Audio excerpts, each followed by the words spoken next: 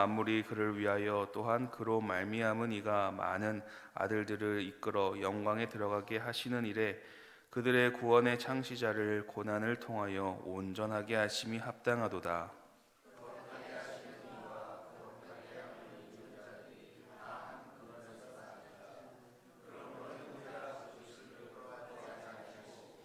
이르시되 내가 주의 이름을 내 형제들에게 선포하고 내가 주를 교회 중에서 찬송하리라 하셨으며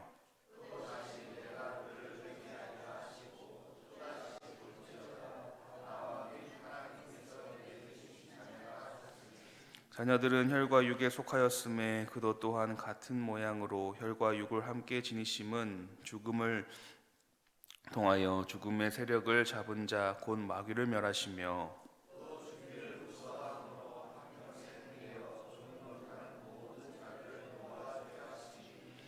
이는 확실히 천사들을 붙들어 주려 하심이 아니요 오직 아브라함의 자손을 붙들어 주려 하심이라.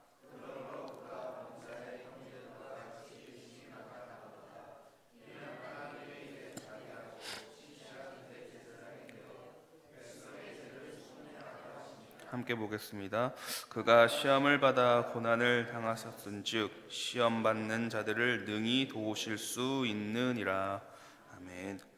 극한의 고통 또 극한의 고난을 받으신 적이 있으실까요? 사람들의 가장 큰 행복한 고통이다라고 했을 때에는 우리 여성분들이 자녀를 출산할 때에 가장 그 인간의 한계점에 도달하는 고통을 받는다라고 합니다. 요즘에 신기한 것이 유행을 했는데요.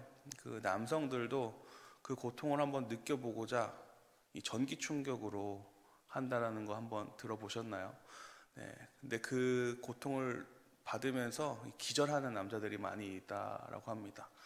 참 그 아이를 낳는 그 고통, 행복한 일이지만 참 극한의 고통이다라고 우리가 표현을 하는데요. 그런데 안 좋은 일로서, 어려운 일로서 우리들에게 고난과 고통이 왔을 때는 또한 어떠할까요? 단순히 몸이 힘들다라는 것을 넘어서서 극한의 스트레스와 함께 견디기 어려운 상황 가운데에 전인격적으로 참 반응이 일어납니다.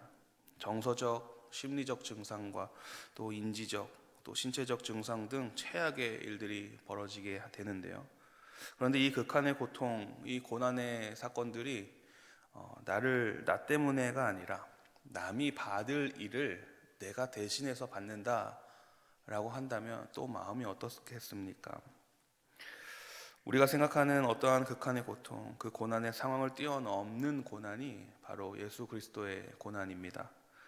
그 심지어 예수님의 그 십자가의 고난은 예수님 때문에 받은 것이 아니라 우리를 위해 받은 고난입니다. 그 고난 가운데 예수님께서 어떤 마음과 어떤 또 생각이 드셨을까 생각해 봅니다. 모든 만물을 창조하시고 운행하시는 그 하나님, 또 세상을 다스리시는 왕의 권세를 가지고 계신 분, 인간의 마음과 생각까지 감찰하시는 그 주님께서 인간을 위해 조롱을 당하시고 멸시를 받으시고 또 거절당하시고 배반당하시고 마침내 죄인으로 취급받으며 그 목숨까지 내놓아야 하는 그런 상황까지 간 것이죠. 결국 십자가에서 죽으셨습니다. 존엄이 무너지고 또 관계가 끊어지고 존재 자체가 부정당했습니다. 그런 고통이었습니다. 어느 정도의 고난일까? 우리가 겪는 고통 중에 어떤 것과 비할 수 있을까 생각해 보지만 우리가 이해할 수 있는 고통은 아닌 것 같습니다. 어렵게 생각해 보면 인간의 머리로는 상상을 할 수는 없지만 참 마음이 아픕니다. 이 모든 것이 다 우리를 구원하시기 위한 일이셨음은 우리는 알고 있습니다.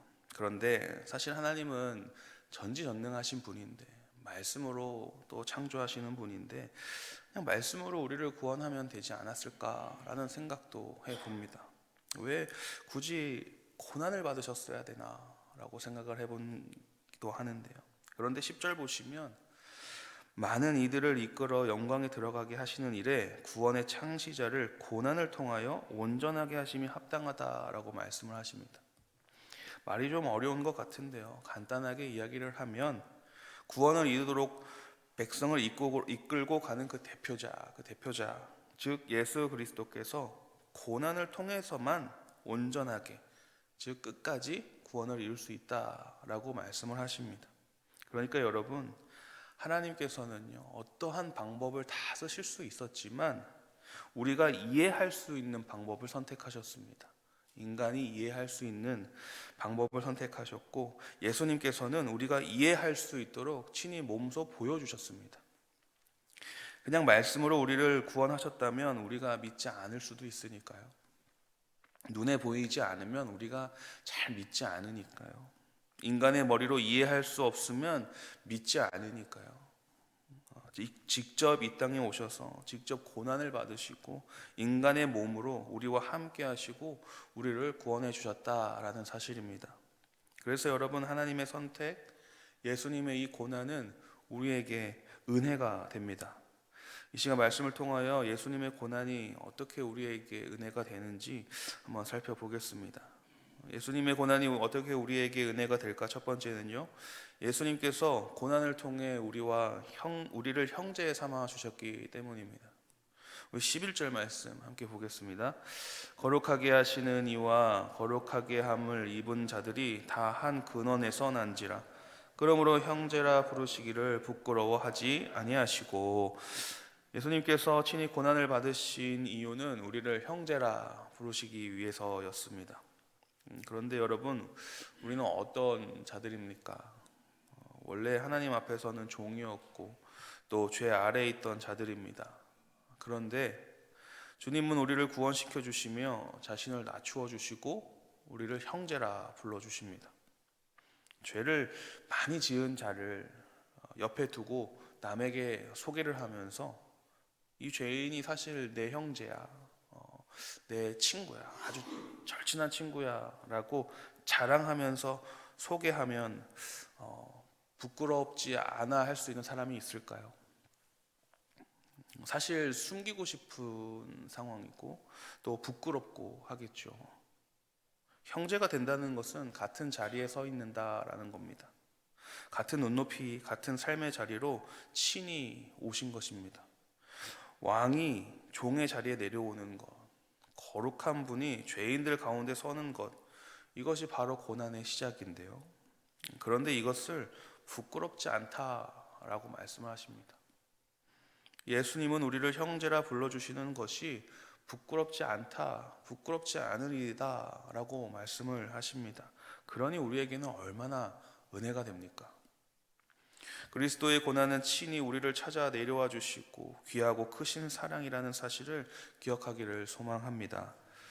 예수님의 고난이 어떻게 우리에게 또한 은혜가 될까? 두 번째는 예수님께서 혈과 육에 속하여 주셨기 때문입니다. 우리 14절 말씀인데요, 함께 보겠습니다. 자녀들은 혈과 육에 속하였음에 그도 또한 같은 모양으로 혈과 육을 함께 지심은 죽음을 통하여 죽음의 세력을 잡은 자 곧 마귀를 멸하시며. 예수 그리스도가 혈과 육을 취하시는 이유는 단순히 인간을 체험하고 싶으셔서가 아닙니다.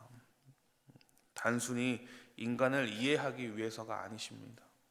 그런데도 예수님은 참 신이시며 참 인간이 되어 주셨습니다.